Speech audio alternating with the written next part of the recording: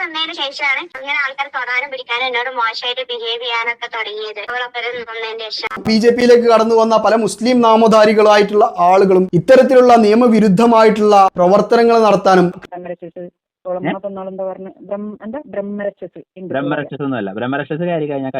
ബിജെപിയിലെ സംസ്ഥാന നേതാക്കളുമായും കേന്ദ്ര നേതാക്കളുമായും ഒക്കെ അടുത്ത ബന്ധം പുലർത്തുന്ന ഒരു സ്ത്രീ കൂടിയാണ് ഈ പറയുന്ന വനിതാ നേതാവ്.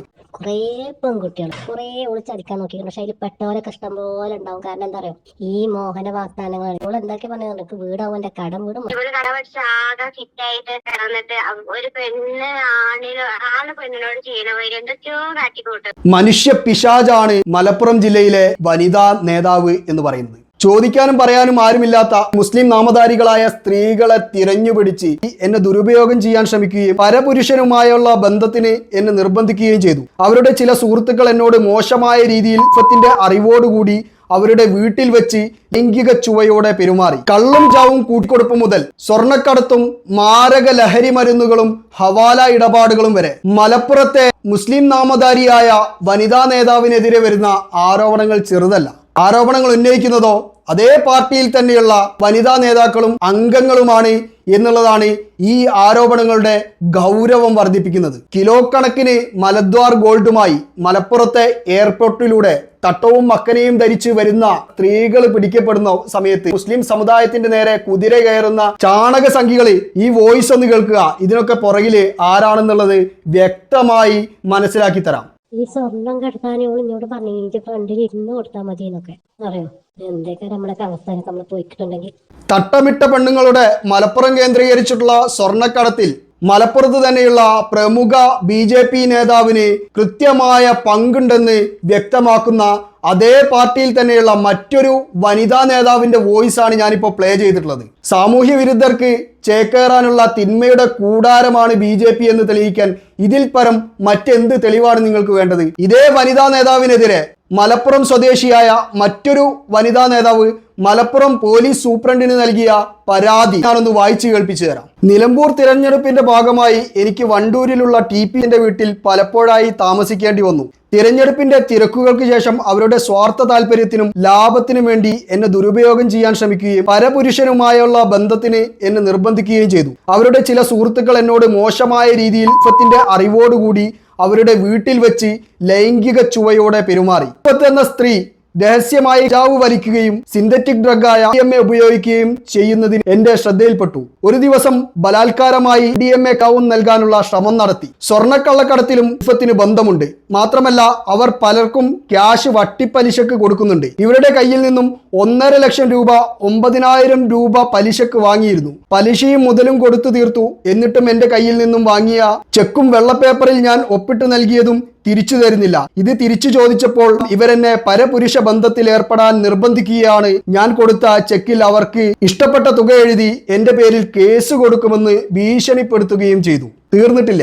എന്റെ സ്വകാര്യ ഭാഗങ്ങളെ കുറിച്ച് അവർ പല പുരുഷന്മാരോടും ഫോണിലൂടെ ഇല്ലാ കഥകൾ വർണ്ണിച്ചു സംസാരിക്കുന്നതിൽ എനിക്ക് വളരെ ബുദ്ധിമുട്ടുണ്ട്.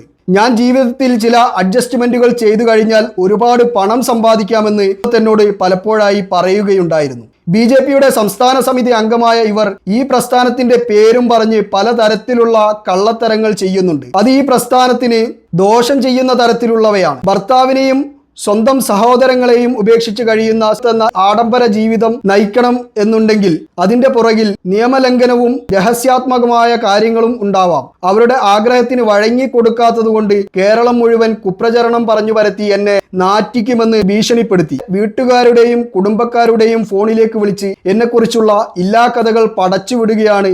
ഇതിനെല്ലാം അവർ അവരുടെ 14 വയസ്സുള്ള മകളെ കൊണ്ട് കള്ളസാക്ഷി പറയിപ്പിക്കുമെന്നും ഭീഷണിപ്പെടുത്തുന്നുണ്ട്. പല സ്ത്രീകളും പേടികൊണ്ട് കേസ് കൊടുക്കാത്തതാണ്. ഇപ്പോൾ ഞാൻ ആത്മഹത്യയുടെ വക്കിലാണ്. എന്നെ ഒരു നിലക്കും ജീവിക്കാൻ അനുവദിക്കുന്നില്ല.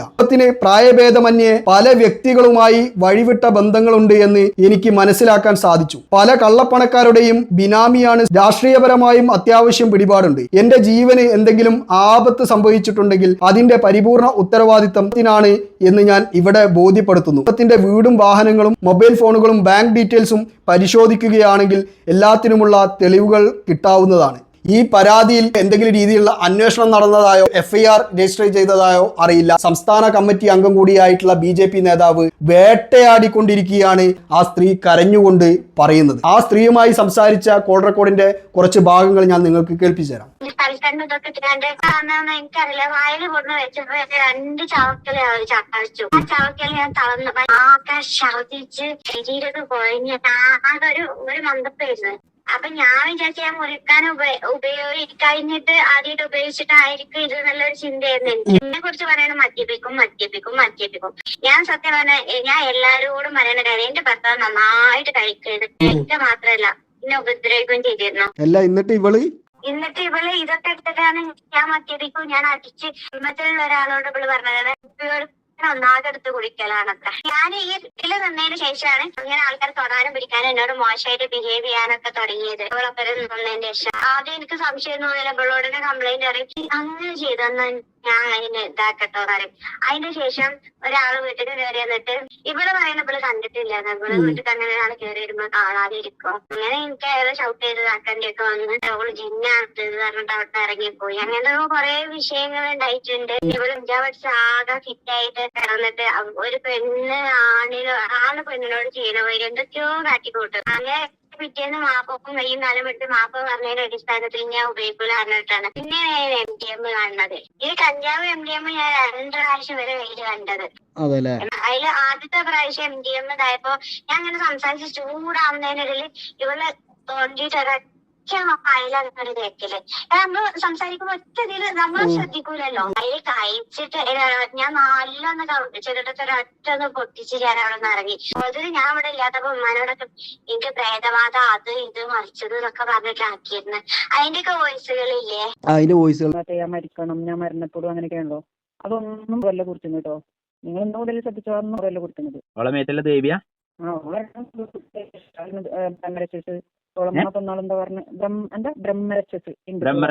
ബ്രഹ്മരക്ഷസ് കയറി കഴിഞ്ഞാൽ കഴിഞ്ഞ കഥ. അപ്പൊ അത് പറഞ്ഞു അങ്ങനത്തല്ലത്ര, ഇത് കുറച്ചൊരു വലിയ കേടുപാടില്ലാത്ത ആളാത്രേ. അത് ബ്രഹ്മരക്ഷസ് അല്ല, ബ്രഹ്മരക്ഷസ് പറഞ്ഞ വേറെ സാധനമാണ്. ഓളെ നൂലില്ല ഓളെ കൈമല്ലേ. ഞാൻ പറഞ്ഞു ഉറങ്ങുമ്പോ എന്നെ വെട്ടിക്കാളിയും പറഞ്ഞു. അതൊക്കെ ഭയങ്കര ദേഷ്യാണ്. പുറ്റിക്കരുതട്ടോ, വിശ്വാസല്ലേ വേണ്ട. എന്താ വെച്ചാൽ ഞങ്ങളൊക്കെ പഠിച്ചു പോയപ്പോ മുജാഹിദിലല്ലേ. ഞാൻ ആകെ 1 2 ഉള്ളു ഞാൻ പിന്നി പഠിച്ചു മുജാഹിദിലല്ലേ. പിന്നെ വേറെ ഏതൊക്കെ പെണ്ണുങ്ങളോട് റാപ്പാക്കാൻ നോക്കിയില്ലല്ലേ. അതിലിപ്പോ ഒരു പെണ്ണ് നമ്മളോട് പ്രതികരിക്കുന്ന പെണ്ണ് പോലും പുറത്തു പോകാൻ അതിന് ഭയമുണ്ട്. അതാണ് പ്രശ്നം. യുവതികളെ മാംസവിൽപ്പനയിലേക്കും കള്ളക്കടത്തിൽ ലഹരി മാഫിയയിലേക്കും എത്തിക്കാൻ എന്ത് കടും കൈ ചെയ്യാനും മനുഷ്യപിശാചായ വനിതാ നേതാവിന് മടിയില്ല. വനിതാ നേതാവിൽ നിന്ന് സമാന അനുഭവം നേരിട്ട മറ്റു സ്ത്രീകളുടെ വോയിസ് കേൾക്കാം. കുറേ പെൺകുട്ടികൾ കുറേ ഒളിച്ചടിക്കാൻ നോക്കിയിട്ടുണ്ട്. പക്ഷെ അതിൽ പെട്ടവരൊക്കെ ഇഷ്ടം പോലെ ഉണ്ടാവും. കാരണം എന്താ പറയുക, ഈ മോഹന വാഗ്ദാനങ്ങളാണ്. ഇപ്പോൾ എന്തൊക്കെ പറഞ്ഞത്, എനിക്ക് വീടാവും, എന്റെ കടം വീടും മറ്റതാവും മറിച്ചത്. ഞാൻ പറഞ്ഞു എനിക്ക് അതിന് പറ്റൂല. എന്താ പറയുക, ഇനിയൊക്കെ എനിക്ക് കിട്ടാത്തത് ഈശ്വരോളെന്നൊക്കെ കാട്ടിനതൊക്കെ. ഇവളെന്താ പറയുക, ഇവക്ക് ഒരു വിവരവും ഒരു വിദ്യാഭ്യാസവും ഇല്ല, വെറുതെ മുടി കറുപ്പിച്ച് നടക്കുന്നല്ല. അപ്പൊ അതന്നെയാണ് ഇവിടെ സ്ഥിരം പരിപാടി. നമ്മളെ തോളത്തിന്ന് കണ്ട് നമ്മളെ ചെവി തിന്ന് നമ്മളിൽ എന്തെങ്കിലും രഹസ്യം ഉണ്ടെങ്കിൽ അത് ചോർത്തി എടുക്കുക. ഇനി രഹസ്യം അല്ലെങ്കിൽ അവൾ ഉണ്ടാക്കിയിട്ട് പറയാം. പെഞ്ചതൊക്കെ ഇല്ലാത്തതാണ് ഉണ്ടാക്കി പറഞ്ഞത്. അങ്ങനെ കുറച്ച് രഹസ്യം എല്ലോ അത് എടുത്തിട്ട് അതുമ്മ കൂടെ ഉണ്ടാക്കിയിട്ട് പറയാം. അതേപോലെ ഫോൺ നമ്പർ സെറ്റാക്കിങ്ങാണ്ട് നമ്മളെ ബാക്കിയുള്ളവരോട് നമ്മളെ കുടുംബങ്ങളോട് നമ്മളെ പറ്റില്ലാത്തത് പറയാം. ഞാൻ അവിടെ എടുത്തേക്കണേ, ഇവിടെ എടുത്തേക്കണേ, അങ്ങനെ എടുത്തേക്കണേ, ഇവിടെ നിന്ന് കുറേ കുടുംബത്തിനോട് ഇങ്ങനെ കണ്ണീര് കുടിപ്പിച്ചിരിക്കണം. ഇന്ന് ഞാൻ അള്ളാഹിനോട് എത്ര സ്തുതി പറഞ്ഞാലും എനിക്ക് മതിയാവില്ല. പിന്നെ അവൾ ഇതേപോലെ ചെയ്തിനി. കാരണം എനിക്ക് ഉമ്മല്ല, എനിക്ക് ജ്യേഷ്ഠത്തിമാരുള്ളൂ. എന്നിട്ട് ഈ ജ്യേഷ്ഠത്തിമാരെ നമ്പർ വാങ്ങിയിട്ടും ജ്യേഷ്ഠത്തിനോട് എന്തൊക്കെയാണ് പഠിച്ച തമ്പുരാനേ ഇവള് പറഞ്ഞിനിയത് എനിക്കറിയാം. ഇവള് എന്തൊക്കെയാന്ന് പറഞ്ഞാൽ ഇന്റെ കുടുംബം ഞാൻ തെറ്റിച്ചേക്കാം. ഞാൻ അന്നൊക്കെ വേദനിച്ച വേദനക്കില്ല, അങ്ങനെയല്ല ഇങ്ങനെയെന്ന് പറഞ്ഞ് തിരുത്താൻ പോലും ഒരു പ്രൂഫ് ഇന്റെ കയ്യിലില്ല. അത് എന്നോട് പറഞ്ഞതാണ്, കൊട്ടാരത്തിൽ കഴിയാ റാണിയെ പോലെ കഴിയാ. എങ്ങനെ, എന്തിന്, നമുക്കിത് മരിച്ചു പോണ്ടേ. അപ്പൊ ഞാൻ അതിനൊക്കെ എതിർത്തതുകൊണ്ടാണ് ഇവിടെ ഇങ്ങനെയൊക്കെ പറഞ്ഞു നടന്നത്. മനുഷ്യ പിശാചാണ് മലപ്പുറം ജില്ലയിലെ വനിതാ നേതാവ് എന്ന് പറയുന്നത്. ചോദിക്കാനും പറയാനും ആരുമില്ലാത്ത മുസ്ലിം നാമധാരികളായ സ്ത്രീകളെ തിരഞ്ഞുപിടിച്ച് അവർക്ക് പണവും പദവിയും സ്ഥാനമാനങ്ങളും സംരക്ഷണവും വാഗ്ദാനം ചെയ്ത് BJPയിലേക്ക് കൊണ്ടുവരുന്നത് അസാൻമാർഗിക പ്രവർത്തനങ്ങൾക്ക് വേണ്ടിയാണെന്ന് ഇതിൽ പരം തെളിവെന്താണ് വേണ്ടത്? മലപ്പുറം കേന്ദ്രീകരിച്ച് പ്രവർത്തിക്കുന്ന ഈ വനിതാ നേതാവിനെ സംബന്ധിച്ചിടത്തോളം BJPയിലെ സംസ്ഥാന നേതാക്കളുമായും കേന്ദ്ര നേതാക്കളുമായുമൊക്കെ അടുത്ത ബന്ധം പുലർത്തുന്ന ഒരു സ്ത്രീ കൂടിയാണ് ഈ പറയുന്ന വനിതാ നേതാവ്. പോലീസിലും കൃത്യമായ പിടിപാടുള്ള ഈ സ്ത്രീയെ സംബന്ധിച്ചിടത്തോളം BJPയിലേക്ക് സ്ത്രീകളെ ക്ഷണിക്കുകയും സ്വർണ്ണക്കടത്തിനും പരപുരുഷ ബന്ധത്തിനും ലഹരി മരുന്നുകൾ ഉപയോഗിക്കാനും വേണ്ടി നിർബന്ധിക്കുകയും വഴങ്ങാത്ത ആളുകൾക്കെതിരെ അപവാദ പ്രചരണങ്ങൾ നടത്തുകയും കുടുംബ ബന്ധങ്ങൾ തകർക്കാനുള്ള ശ്രമങ്ങൾ നടത്തുകയും ലഹരി വസ്തുക്കൾ ഇവരെ അറിയാതെ ഇവരുടെ